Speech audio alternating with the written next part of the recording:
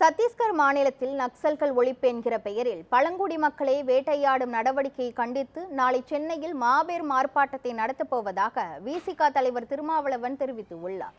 செங்கல்பட்டு மாவட்டம் மாமல்லபுரம் கட்சி நிர்வாகியின் இல்ல விழாவில் கலந்து கொண்ட பின் செய்தியாளர்களுக்கு பேட்டியளித்த திருமாவளவன், ஜூன் 14ஆம் தேதி திருச்சிராப்பள்ளியில் மத சார்பின்மை காப்போம் பேரணி நடைபெற உள்ளதாக தெரிவித்தார்.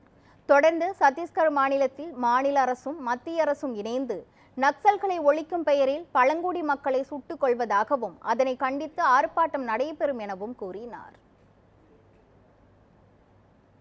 சத்தீஸ்கர் மாநிலத்தில் மாநில அரசும் இந்திய ஒன்றிய அரசும் இணைந்து நக்சல்களை ஒழிக்கிறோம் என்கிற பெயரில் பழங்குடி மக்களை வேட்டையாடும் நடவடிக்கையில் ஈடுபட்டுள்ளனர்.